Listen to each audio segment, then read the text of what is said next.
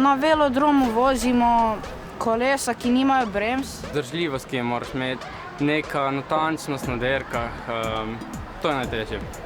Proga je pod naklonom in tudi ovinku potem ne rabimo toliko vračati krmila, saj s tem naklonom lažje izvozimo ovinek pri visoki hitrosti.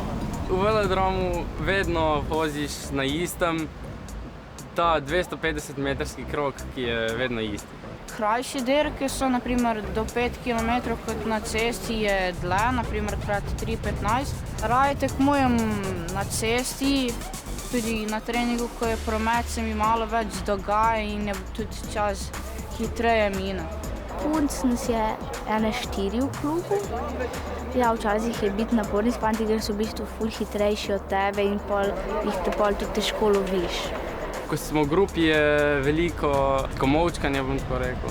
Moraš biti močan, vztrajen, biti pripravljen trenirati, to ti mora biti všeč, pa ne smete biti strah, predvsem to.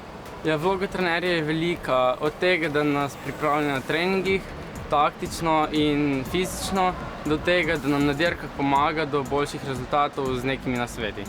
Nam je najpomembnejša varnost, učimo jih varne vožnje, upoštevanje pravil. Zelo pomembno pa nam je tudi ta timski duh, da se otroci zabavajo, da se dobro počutijo. Nujno moraš imeti čelado, rokavice, očala.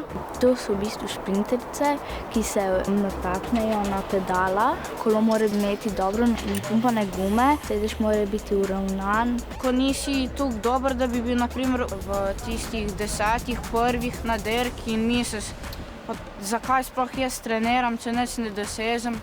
Ampak tudi jaz, naprimer, letos že 6. sezono vozim kolo in tudi s tem dobim dobre rezultate in potem ne smeš obupati.